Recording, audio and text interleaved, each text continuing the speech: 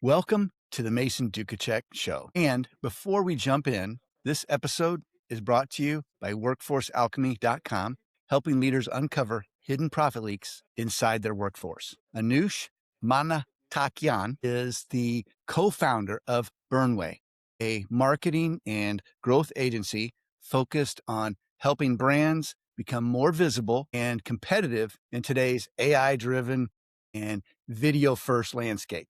She works with companies to refine their positioning, strengthen their digital presence, and adapt their strategies to how modern buyers actually discover and trust brands.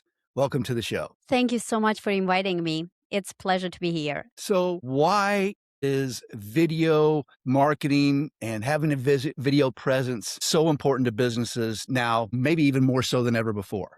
That's a very amazing question, Mason, because I think a lot of people ask themselves, like before starting any video activity, like the founders and the CEOs always ask themselves, should I need to invest in video or not? And my answer is always yes. And you know why? Because a lot of people, a lot of companies already invested in video. And if you're not, you're ahead of the game because you are not visible that much and people don't know you. And I always compare this to face-to-face conversations. Like we know each other, we met each other. It means even if we never met in person, like in live, you know me because we had this conversation together. And if you can't meet everybody in your life, like thousands of people, hundred thousands of millions of people, you can make a video and you can show yourself. So that's why it's the best way to actually connect to people, to be visible online space. So there's no more question whether you should do or not. You always have to, let's say, especially in 2026. So how long have you been doing this? So I started to actually be involved in video processes, in video content for about 8 years ago. And the term even like video marketing was something I wouldn't say like it was new, but it was becoming something important for the companies. Like they were using like video marketing. So that's how I came across this term and I was like, what is this? Why video production is not there anymore? And why businesses are so interested into video content creation for the marketing purposes. So I started to actually explore the industry from top to bottom, choosing my niche market, understanding where my expertise would be more actually useful. And that's how I actually end up into this world. The nice thing if you're an author is to be able to carry receipts. I've not been one to like jump on a trend. I've really made an extra effort to surround myself with people who were on top of their game and tune into what they were doing and are doing. And one of the most influential people to me was, I guess, years ago was a guy by the name of Mike Koenigs. And do feel and have always felt that he has been several years ahead of his time. And as far as I can tell, the guy is almost never wrong. And time has proven his predictions correct. And I wrote a book in 2014. I just found this the other day, 2014, called Attract, Capture, and Convert. In, I guess, about, looks like page 21, 22, whatever, was reminded that there was a gentleman by the name of Scott Colby in St. Louis, Missouri. And we were having a conversation about this in 2013 or 2014. Because if the book came out in 2014, we'd have been talking about it before that. But he said back then that brands were becoming their own media outlet. He had the vision for this. Brands are becoming their own media outlet. And I think of brands like Red Bull, for example, the energy drink here in the United States. If Red Bull back in the day wanted to advertise at Busch Stadium where the St. Louis Cardinals play baseball, they could put up a sign in somewhere in the stadium. And of course, millions of fans are going to see it over the course of the year, not only in the stadium, but on TV when the ball gets hit out in that direction. And you could see where an advertiser would make the claim to a company like Red Bull, like, hey, look, we're going to get your brand in front of all these eyeballs. Yeah. But if you're on the Red Bull side of the equation, you need to ask yourself, are these my ideal prospects? Are the grandpas out there that are taking their kids to a baseball game the ideal prospects for Red Bull? No, they're not. Definitely not. Yeah. They're definitely not. They're not the extreme athletes. And that's okay. And a lot of this, it's the same people over and over. Really, there's a small percentage of the people that Red Bull would be able to impact with their marketing message or their branding that fit their ideal prospect. So what I found fascinating, and this was back in the day, I mean, they've done nothing but grow since then, but Red Bull's like, we're going to create our own network. Mm. We're going to create our Mm. own sports. And they've gone on to create channels on YouTube. YouTube channels got millions and millions of viewers who are their ideal prospects all over the world. And they have created content that specifically draws more of them. When I say content, I Yes. mean, whether it's the Red Bull Rampage extreme mountain biking, whether it's the crazy stuff people do on snowboards, they have come up with their own sports and attract that kind of audience. And not only are the people watching getting exposed to let's just say a billboard out in left field at a Yeah. baseball game. Now, let's just say it's a motocross race. Red Bull's branded around the fence on the entire course. Red Bull's got their names on the helmets. They've got their names on the interviewer's microphone. They've got it on the t-shirts and the sportswear. It's Merch is fascinating. everywhere.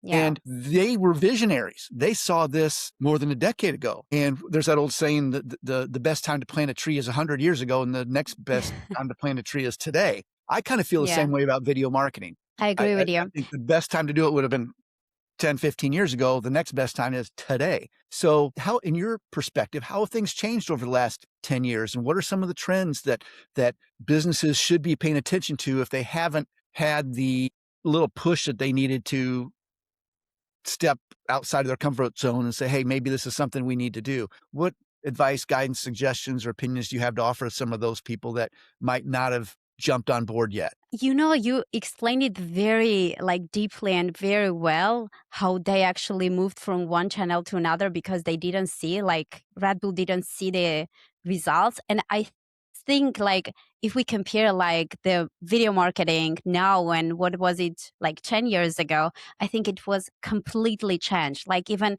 the commercials, like TV commercials, social media short videos, TikTok, like all of these changed the game fully. Like even entrepreneurs became like mediapreneurs now because like everybody should be visible. Like all of the founders, C-level executives, everyone is actually in the game now to actually talk about the company, to be their own like PR people. So I think that's how like people's mindset changed from like organizing months of commercial shootings to one day or like even several hours shooting of your phone and like getting the message out there. And sometimes we can't even compare like which one is working better because one phone video could work way better than like 100,000 spent on a like big commercial. So no one can expect how the outcome would be from the content. But I would say, like, based on my experience, what works amazing if you have a real strategy of how you deliver your message and the story out there. And that's what more important rather than how you actually create it. Of course, the quality is important. Of course, how beautiful is design, how amazing the outcome would be for the videos is amazing. But what you are trying to actually deliver, it's where the companies should concentrate at this moment. And if especially if they are starting out, they have to concentrate what outcome they wish to get from video marketing and then start thinking about like what to create, how to create, when to start doing that. So that would be my point, like to actually just have a full concentration. And it's never too late. As you said, like it's now, it's even like tomorrow, it can be any time. It's just you have to start somewhere. You have to start from any kind of like strategy that you can build for your goals. Well, being invisible is not a good strategy. Definitely. And there are businesses that aren't on TikTok or they aren't on YouTube, and YouTube's not the only one. You've got Rumble out there, you've got Daily Motion, and I believe there are good strategies to appear on those as well, because obviously YouTube is the Bigger. elephant in the Yeah. room, but you might look at something like Daily Motion or Rumble, other video platforms, and say they don't have the volume that YouTube has. That's true, but they also don't have the Yeah. competition. So it makes it Yeah. easier to get found in places like that, relatively speaking. And if you don't need a million customers, you just need a few that might, especially if they're high ticket, The those may be good options for you.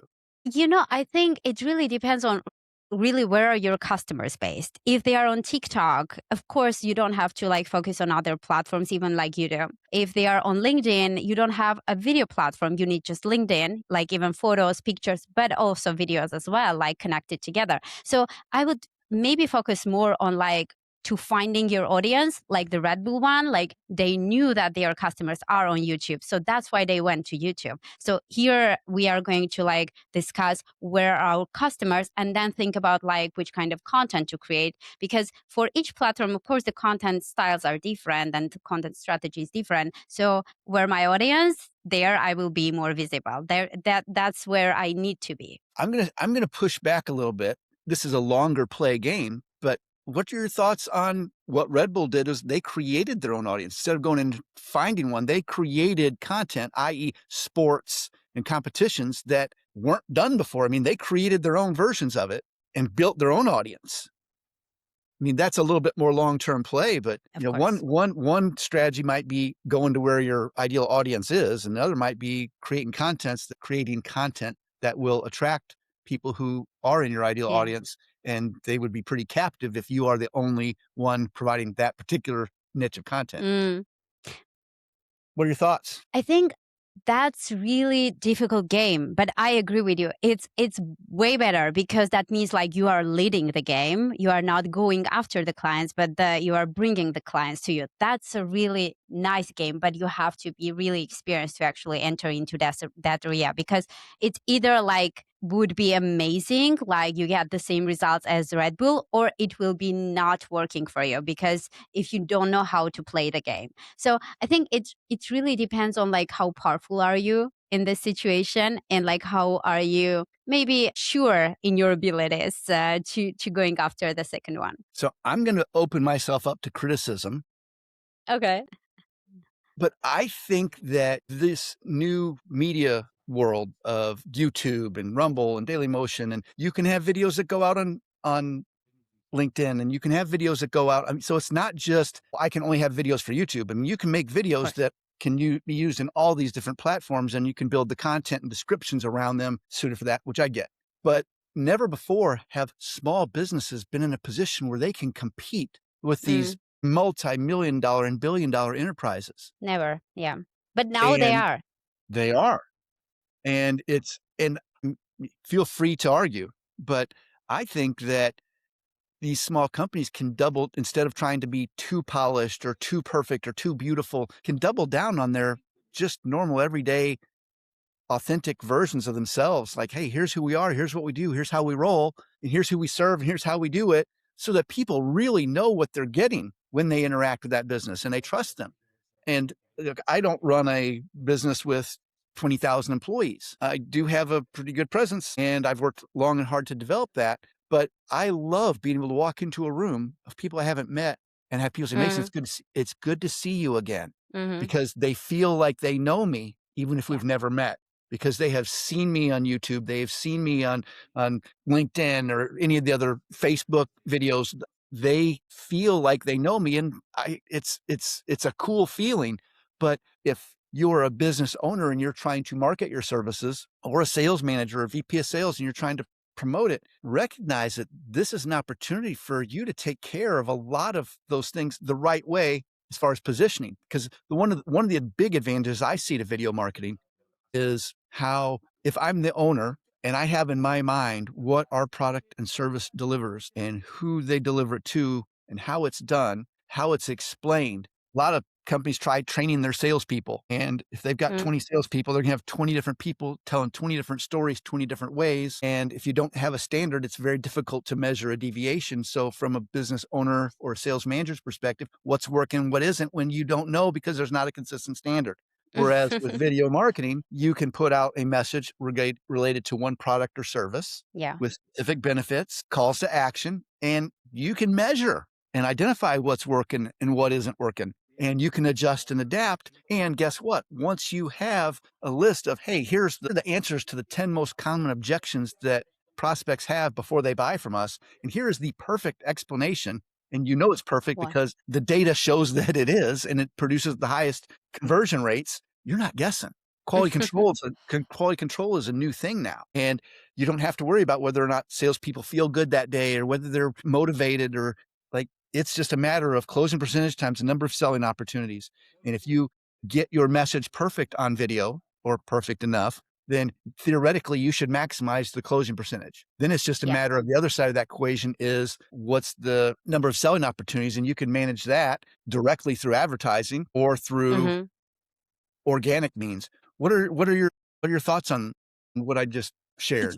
I would maybe share from my own experience because whatever you said, I totally agree with you. And especially the part of like how visibility is actually affecting to businesses overall. I know we're talking about competition here, but if we're talking about YouTube, for example, if I post a video, my competitors are everyone there who are posting within the same keyword, right? So it is a more difficult game because you are not competing only with your direct competitors, but with everyone, whoever like posting there. So you have to put something which is really valuable and really impressive. You have amazing hook in the beginning that people can immediately, okay, I want to read this. Because I realized that because I was like exploring the industry to understand like which contents are actually performing and which ones are not. And I realized that sometimes you can have amazing quality of the content, share great results, but if you are not sharing it in the right, let's say, structured way that people can be easily consume the content, it would be not hurt. Like people will just like stop watching it after 10 seconds. So here it comes not only like how valuable you share the content, how valuable is the content itself, but also like how you share it and how you make it easy to digest for people. So from my experience, if we talk a bit like how this content affecting to the business, I can say from my experience, sometimes yes, like I can enter to some rooms and people know me and it's easier like because they know you, and in that case like they want to hear about you, they want to hear about your experience because you are kind of like famous around that community that you have built for yourself. But it's also affecting to my company in a way. For example, my salesperson could jump on a call and someone who not even met me but like saw a video of me, saw what I'm suggesting, and that person can tell my sales manager, I know your CEO told in the video that this is working, so that's why I came here to try it. So my video affected a sales which I wasn't even present there. I Sure. didn't try even to do the sales, but it's affected because I became a thought leader on my industry and people trust me. So they trust my product, they trust my offering. But that's only possible to get if you are actually building your video strategy correctly and getting above your competitors. And by competitors here, I mean all of the content creators in the industry. So, very good point. So, when you start talking about the strategies, and I know that we can get into the weeds about data analysis and how long people watch and what you have to get to hook. Had a conversation with a guy by the name of Bill Cates, Cates, and our conversation, I guess he interviewed him on the podcast a few months ago, and he talked about radical relevancy, like Mm. being hyper sensitive to the exact needs of people in your very, very specific target that if you aren't, you will get ignored. And then I hear you talking about things like keywords and competition based on long tail keywords and things like that. So AI's kind of throwing a little shift in that. And it remains to be seen how, but I believe that people are going to shift away from keyword searches and just start talking to computers like humans. In your opinion, what should businesses be doing to adapt now for what is coming down the road? You know what I realized? Like even search process changed. Like even search process like millennials were doing and the Gen Z's doing is totally different right now. Like we were saying like I want to find the best restaurant around me. Now people want to say I want to eat something amazing and kind of like giving a feeling, and like I'm thinking in this case, the keyword research is more changing into a prompts research. So now Can you when you expound are on that a bit? Expound on that. yeah, of course, of course. So by saying prompt research, I'm mentioning like more deep into not like what you are selling, but the outcomes people are getting. For example, when nowadays we're trying to actually make our research process, we're not focusing into saying like we're the best video marketing agency, but we are focusing into what outcome we're bringing to customers because that's what they are going to search about. They are going to search Yes. their outcome. So that's I think the concentration on every kind of like content creation, It could be a text, it could be anything, but even in the video, you have to concentrate into the outcome So, rather than for what you're example, selling. for someone who's listening, for a business owner that's listening, in the past, you might have wanted to rank high in search engine As a, like, video results marketing agency. Yes, yes. for It's video still marketing working. experts. I But I I now wouldn't say, like, it's not working. Yes, like, it's still cooperating in one way, like, the word, but at this moment, like, people will not search, like, "I want a best video marketing agency." They are going to search, "I need an explainer video for my SaaS company, which is going to help explain my product in the most easy way." So that's what we are concentrating when we are trying to create our content, because that's what people are going to search. So how do you help business owners find out?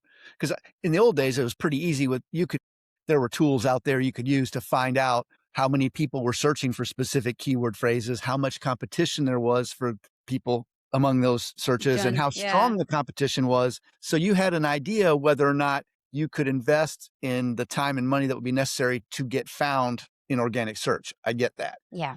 Yeah. Now the game is being changed and things are shifting. And I don't know that there are tools out there that you can help you do that. Maybe there are, but what advice or guidance do you have for people now moving forward to prepare for that shift?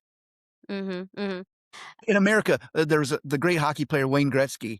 He actually Yeah. Canadian, but when he was unquestionably the best hockey player in the world, someone asked him in an interview, he said, "Why are you so great?" And he said, "Everyone else skates to where the puck is. I Uh. skate to where the puck is going."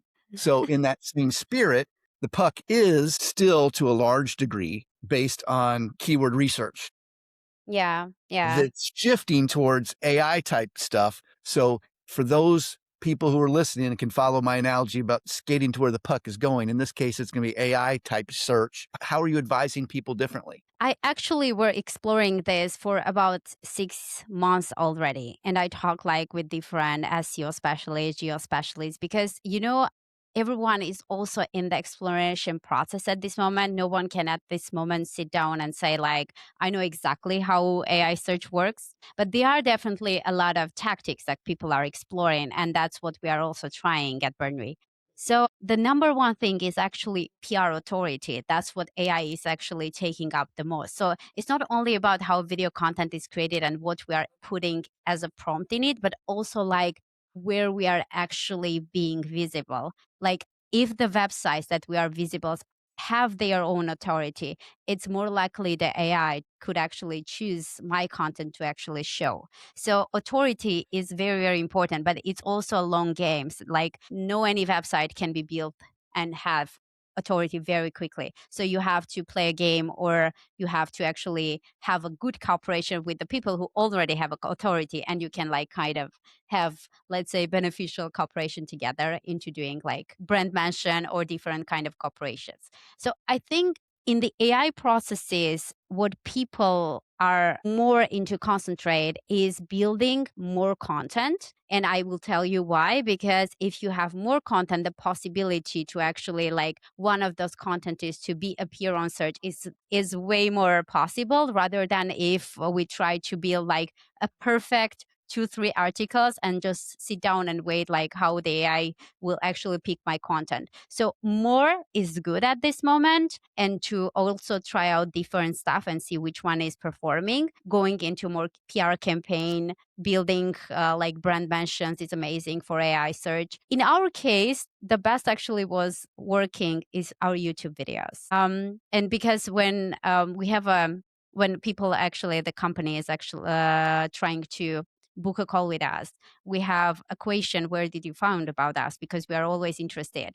And when they are clicking like AI search, we always ask, how did you find us? Which prompt did you use? Why? Because if I know like one person used this prompt to actually find me, I'm going to double down on that and try to use that more and more in my content to find it. So that's one of the ways as well to actually find it out. Till maybe in the near future, like it will be more clear about the AI processes. There are tools at this moment, but I wouldn't say like they are perfect, giving perfect results like the SEO tools at this moment. So it's just exploration process and finding out like how the AI could actually get you can show up on AI search. So I'm always trying to think a few steps ahead. And you started mentioning tactics and things like that. one of the ones that I a trend that I see, and I'm just thinking out loud, and who knows, we may look back in this video that we're creating now in a year or 2 and say, "Ah, Mason was all wrong." And I'd be okay with that, but I'm in the spirit of openness and transparency, I'm gonna share my thoughts with you. But I think that it's already starting and it's gonna get worse where and I don't wanna overuse the word trust because people do, but Mm. there's so much AI generated text content right now that Yeah. I don't think I'm the exception. I might be the rule that people are like, "This is just AI garbage," and they don't even read it or listen to it because they don't think it was put together by a real person. In a lot of cases, they're right, it wasn't. Mhm. Mhm. That's one of the reasons why, like, I'm practicing what I'm preaching. We're you and I, yes, this will appear in audio format, but it's also gonna appear on video, and it's gonna be on YouTube and Rumble and Dailymotion just because I practice what I preach as I know you do too. Yeah. But I want to create content now, not for what's necessary now, but I'm interested in long term because you know what? I might wanna be in business 20 years from now or 30 years from now, never. So, I wanna do those things now because at a certain point in time, you're a real person. I'm a real person. We're having a real conversation about what's really going on now. And as Mm. far as I'm concerned, this is proof of the real nature of real people doing real work in real ways together.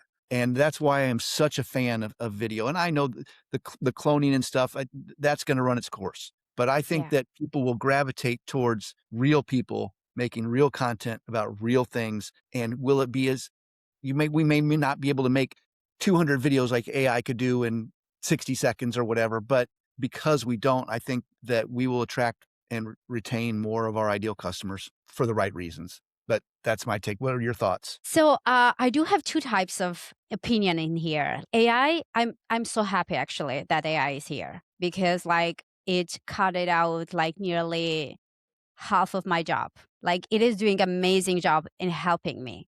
But I am 100% sure it's not replacing me. And I'm telling you why, because it is not, and it can't build a strategy for me. Like you can just search on Google like how build a strategy and it's going to be like give you like a usual step-by-step guide. You can take out some information as an inspiration from it, but if you like try to implicate like the exact thing that AI is saying, you will not get a good results from it because every one of your competitors is going to be to do the same. Like it is going to recommend the same content, the same stuff to every person. So that means like the content will not be authentic anymore. So that's why if we really want a success, we have to use AI as a very good tool for us to fasten our processes, to help us out like giving some ideas, helping out to like polish the content even, like being a good assistant for us, but the brain should stay ours. Like we still have to use our brain, our imagination, our creativity because people's creativity is never ending resource, but the AI's is limited because it is just working based on the data. Whatever we say, like it's artificial intelligence, is still based on the data. The data that people are giving, which is already available, but it can't create something new. Maybe in the future, I'm not saying that it will not, maybe.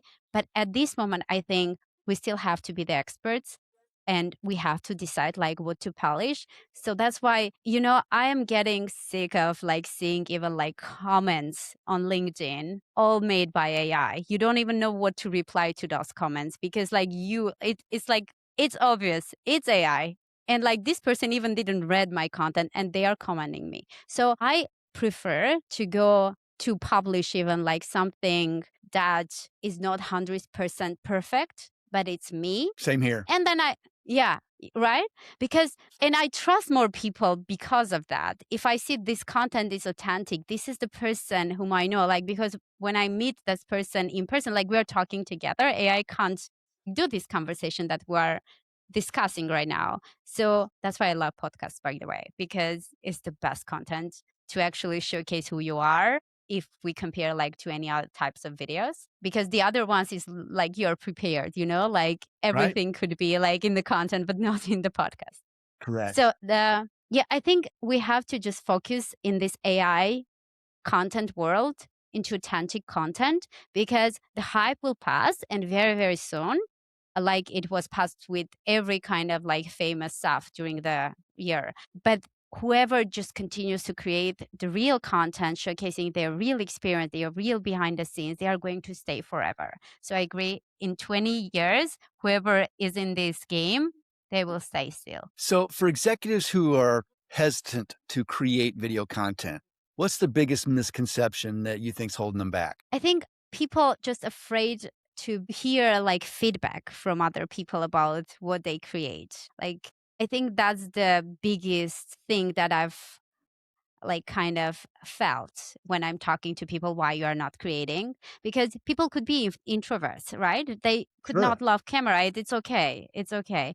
But at the end of the day, if you are a professional and you are an expert, you're talking and you're sharing about your experience. So if the game is to actually talk in front of camera about your experience, we have to take that, because it's the same like to not be on the social media. Like everyone is there. So we have to be there. It's already not even like equation. The same like we have to have a website. Like if you don't have a website, you are not even the if I think the same should be for the video. Even if you're afraid to be on the camera, even if you're afraid to share your thoughts and hear feedback, you have to try it out, because I did myself. Like I always had doubts before like entering into podcast area. If I tell my story, you'll be surprised. Like I started podcasting in 2020. Then I Okay. stopped after 1 year because I wasn't sure I love what I'm sharing. And I was like watching my own videos and I was like, was it good? Like, yeah, will someone benefit from this content or not? And then I stopped doing it. And every year after that, I was like, I'm starting podcast. I'm starting podcast. And I was postponing that process, even though I'm a person, I love camera and I can be on the camera all the time. I love being like guests for the podcast. But I was the same person, me. I was like, no, I don't want to, because I always was thinking that my podcast should be perfect. If people know me like as a video creator, then I have to be perfect into what I'm saying. And that feeling was actually holding me back. So only this year when I said, no, I'm just going to publish without even thinking. And I didn't even plan my podcast. It happened like just during MWC, unplanned content, unscripted. And the guests were like amazing to actually have this conversation. Then when I published first one, I was like, you know that feeling when you're saying like, why I didn't do that before? Why? I What was think holding me back? you're giving very good advice because I think it's unrealistic for people to look at anything else that you do that's worthwhile and expect to be great at it when you first, like the first time I played basketball, I wasn't Yeah. making every basket. I still don't make every, I love playing it. I'm not very good, but I still enjoy it, or golf or whatever sport it is. Nobody just picks up a golf club and is perfect. Nobody picks up a disc golf and throws it perfectly. Nobody shoots a basketball perfectly or hits a baseball perfectly the first time they do it. It takes practice. Now, the Of good course. news is for those that are hesitant, they say, well, yeah, but I can practice where no one's looking. And that's true. They can. But the good news is you don't have to air everything that you shoot, and you can edit. So that helps. But I found that excellent now is better than perfect never. And if you're sharing content that is valuable and it helps people, they're not going to care if you blink too many times or you got a extra wrinkle in your forehead or your hair's out of place. No one cares. They're listening. That's valuable content, and that helps me. If the people listening or watching are better off because you shared something, then that's the goal as far as I'm concerned. What I have found, because I've been doing this, like I said, I wrote this book in 2014. So I was doing video before that, For a long. several years before Yeah. that. I was an early adopter because it made sense to me. But my first videos, when I look back now, it's a comedy show. It's like, oh my gosh, what was I thinking? And the reality was that I had to see that you can look at a video and you know what you can improve. Mm, Where if I'm playing baseball, I can't really see myself. Well, I guess I technically watch video of it, but to hear my voice, my inflection, my pace, my use or not use of gestures, you get a feel for things. Cause I remember when I first went on video, I thought I was doing these dramatic gestures and it was just like I was barely moving my hand a little bit. And I realized that I could be expressive and then I can feel normal, but I had to see I knew what it felt like, but I had to see what it looked like. of And course. that If was you the haven't tried, you wouldn't. that was the best coaching I could get because I can objectively look and say, I should use gestures more, or I should slow down more, Mm, or I should speed up more, or I should use gestures less, or I should move around, or I should be still. It was not hard to tell. And it's not like I was trying to be perfect. I just was trying to not be bad. And that was a starting point. And Yes. once you get through that, the rest of it, then you get to the point where you don't hesitate. You're like, hey, I can make a video right now and respond to something that's going on in my industry or something that's going on in my market right now. And sometimes there may be, if I wait a week, then you got a gazillion other people out there saying the same thing. But if you can address something quickly, then you can get that additional exposure as a result. But I'm Of preaching to the course. choir there, and that's a little bit in the weeds. But what types? Even Oh, go ahead. no, I just wanted to add that even for the content, like sometimes people say like, what if what I'm sharing is not interesting for people? There was a good saying which is always on my head.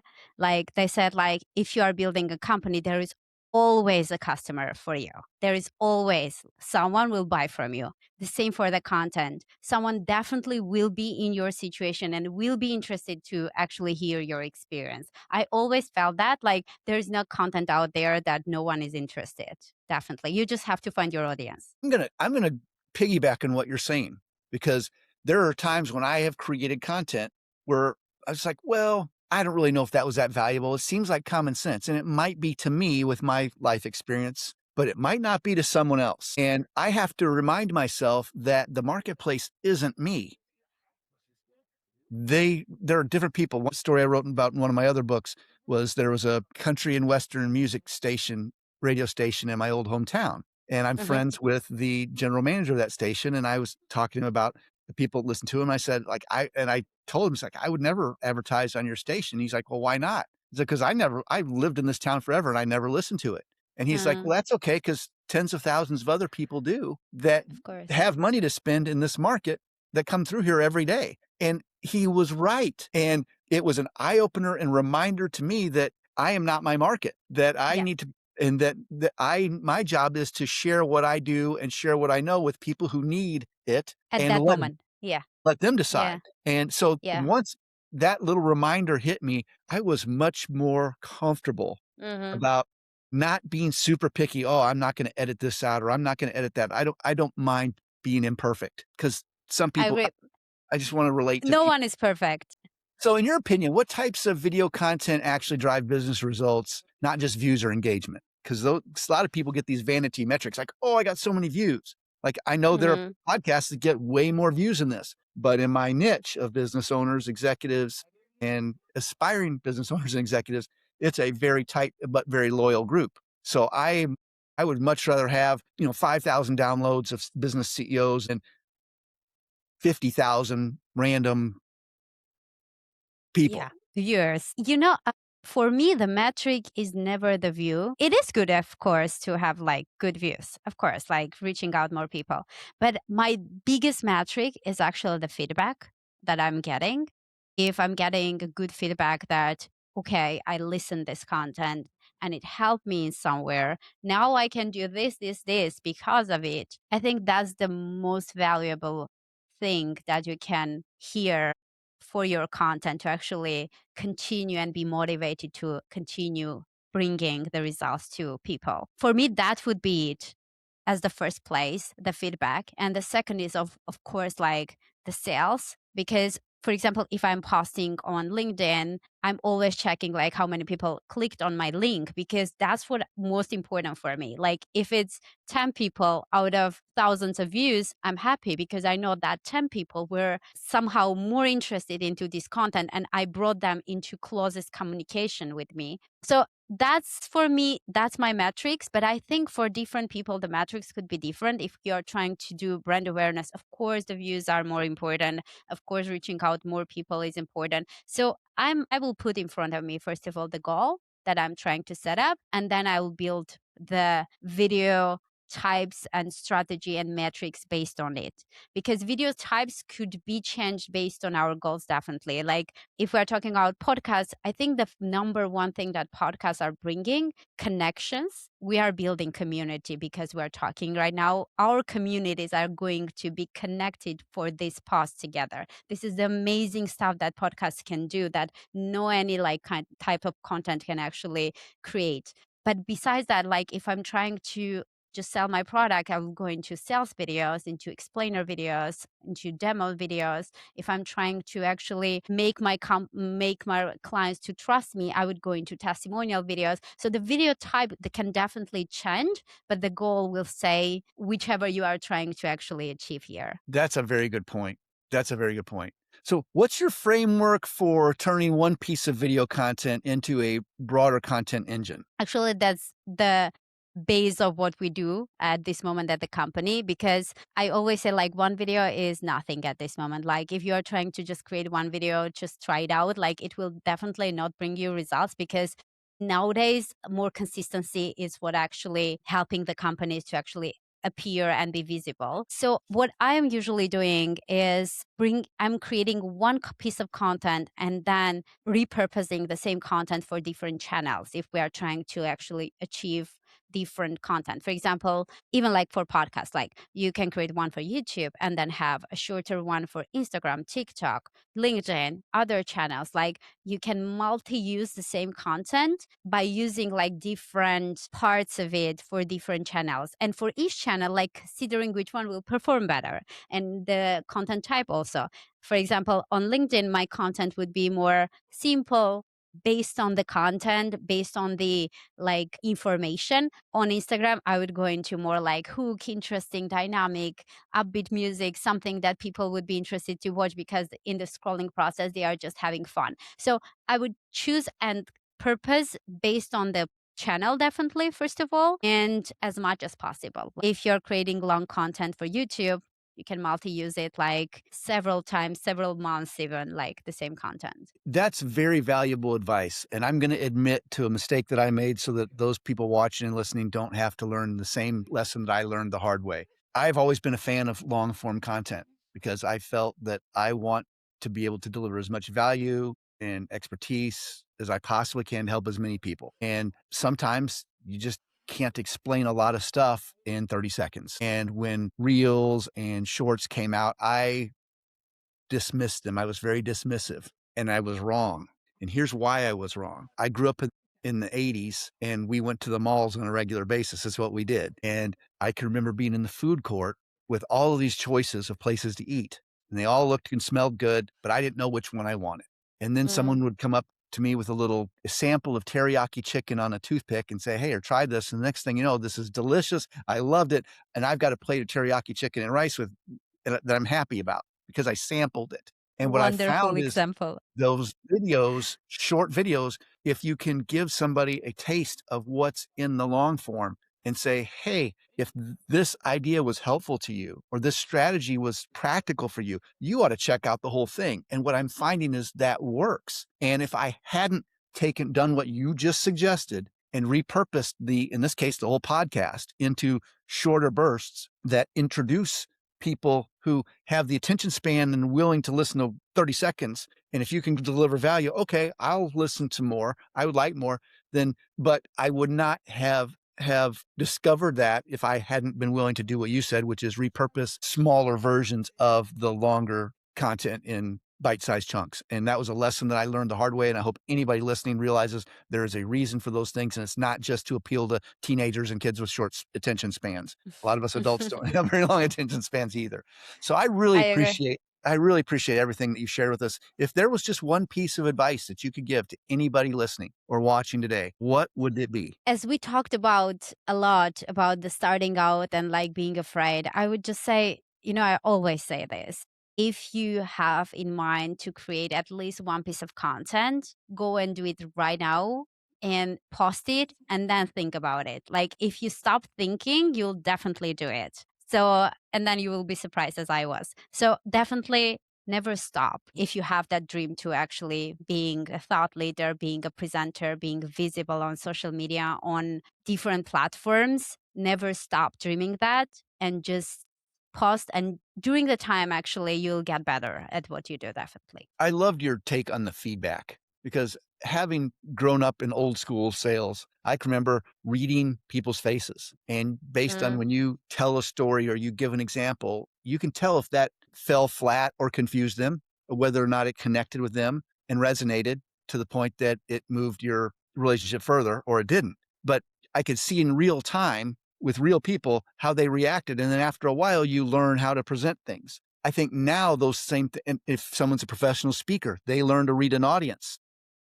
and they Mhm. can tell where they might be drifting in their message and the audience is tuning out and how they need to pull them back. And it's instant feedback. Well, what you pointed out today was something that I want to bring people back to because it'd be terrible if they missed it because there was a lot of wisdom in what you said about using the feedback that you get from your online posting.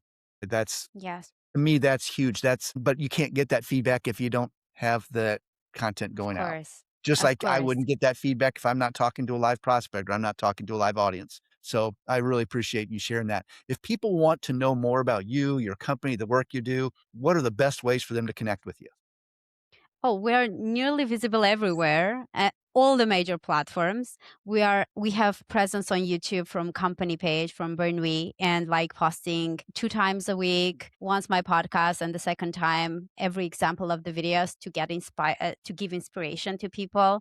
I am personally very active on LinkedIn and have my thought leadership there, sharing a lot about videos, insights, different behind the scenes, how to build this company, how my customers actually succeeding, their use cases, their case studies. We do have our website, which is fully animated website actually, and worth to take a look. Of course, Instagram, also some where we both me and the company exist. So I think that would be the best places to follow our journey and also get a lot of insights because we're trying to give a lot of educational content as well, not only just like sharing about our services. So, and what is your website for those listening? I'll have it on the screen for those Yeah, watching, but for those listening, it's it's burnwe.com, so very easy.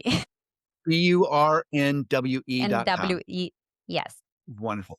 Thanks so much for joining us. I hope everyone else listening and watching enjoyed it as much as I did and learned as much as I did. Thanks so much for sharing your time. Thank you so much for inviting me. And it was wonderful to be in this conversation because I loved hearing your insights as well and your picks. And wonderful to hear that in 2020, in 2014, you had already envisioned like how people are going to actually work in 2026.